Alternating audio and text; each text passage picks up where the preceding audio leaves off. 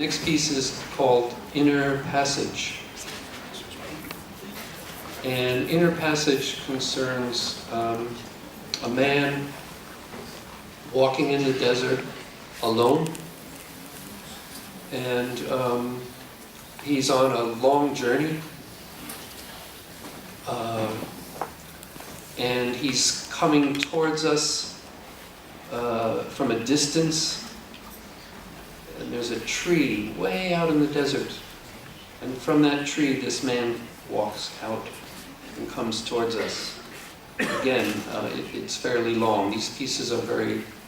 We're actually showing like a 4-minute excerpt, just in the center part of it, because we want to keep showing more works. Right. I should say that these are all recent, very recent works made last year and this year. And they were shown as installation pieces in a gallery in London in June, but we wanted to share them with everybody, so we thought it was a good idea to bring them here. They haven't been seen, really. Yeah. This is the second time, really, that they've been seen. So, yeah. Actually, this piece, Bill wanted to make it for Richard Long. I think you may know him as an artist. He makes very beautiful performance pieces. He walks. He's an English artist, and he's walked on every continent on the planet. And his work is about landscape, and he's gone to all the continents, and he's covered the globe, I can't tell you how many times. He started his career as a young man in the north of England, and he just was obsessed with walking. And he was first doing it only in his area, and then he would also do some sculptural pieces. He would create these stones. He would gather all of these stones and make structures with them while he was walking. So he would stop and make a beautiful kind of pile of stones and put it out there and then walk away. And he would never go back to look at it again. Never. So now there's many, many Richard Long pieces on all the continents in the world. And some people, most people would say they wouldn't even notice it because it would look like a stone, or, you know. He also does beautiful things with river beds where he puts mud from the river. He's made hundreds of pieces that are based on the kind of mud that exists in some of the great rivers in the world. So he's quite an interesting earth artist.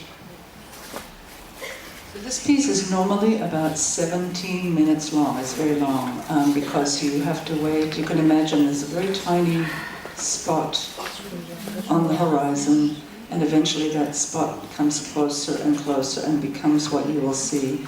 And then at the end of this piece, that same person returns or goes in a different direction, but also way into the landscape. Yeah. But we will show you 4 minutes of this, and we do have sound on this piece.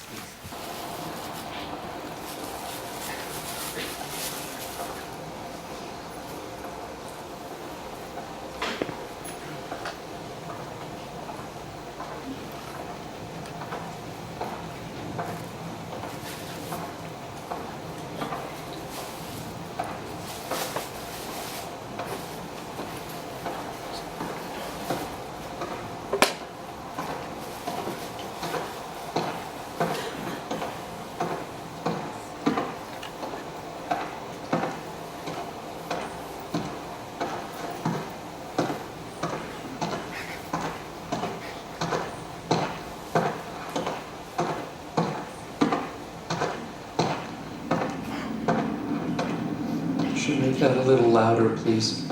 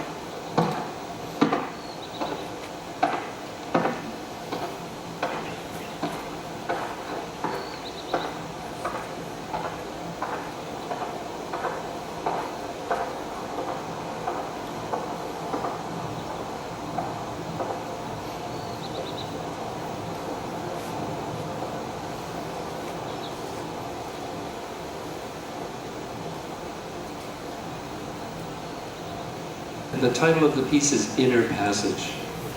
And my idea was that this man, as I described, is walking all the time. And, but I took out a moment in his life, a very short moment, and spread it out sideways, this way. So, in other words, he's walking, you wouldn't even notice it. But if you were able to slow it down enough, you could see it from the side and understand how vast the landscape is, but also how deep the inside of the human mind is. Because that's really what this is about. It's about the inside of our lives, of our minds, and contrasting that with the landscape, with the desert. So, okay, what do we have next? And if you have any questions, anytime, please. I should also say that the two pieces were shot in the same location, but in the first piece what you see is a vast dry lake that was created many thousands of years ago when it was full of water, but it's elevated, it's about 700 meters high, and the mountains, you see, well, they're not mountains, they're hills. They're about, I don't know how tall they are, but they're called the Shadow Mountains, which is very evocative. But the lake itself is about 9 kilometers long, and it's very, very beautiful. It's white.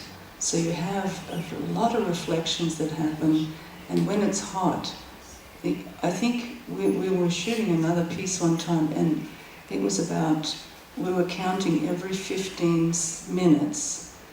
We're looking at the temperature and the changes in the temperature once the sun was getting higher. So from 8 o'clock in the morning, every 15 minutes, it was getting hotter and hotter and hotter, and then all of a sudden the mirages were there, very, very strong. And then after that, the wind comes up and creates even, the wind actually moves the mirages. I have no idea why. But I guess it's the heat waves that the heat is moving. And sometimes you see the wind going in one direction and the heat waves going in the other direction. So this place is full of mystery, and the landscape takes you over, and you need to be there to feel how small the human being is in such a landscape.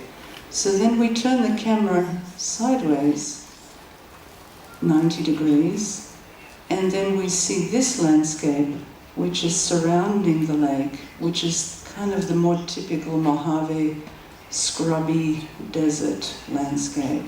So it's very varied. There are life forms that live there, which is amazing. Including snakes. Yeah, rattlesnakes. Blake was very afraid to step on a rattlesnake as he was doing the walk. So you go there to get inspiration and to try and understand what this vastness means, why we are here, what's happening, and how you can capture it, which is very difficult. Yeah, and these lakes were the remains of a huge lake, a dry lake. I mean, it's a huge area. And these dry lake beds are the remnants from the Paleolithic age. So again, when you go out and work in these deserts, almost anywhere in the world, you're really finding all of these connections with the experience, and understanding that people had lived in these places for thousands and thousands of years, hundreds of thousands of years, before we came along. So it's a very magical kind of experience.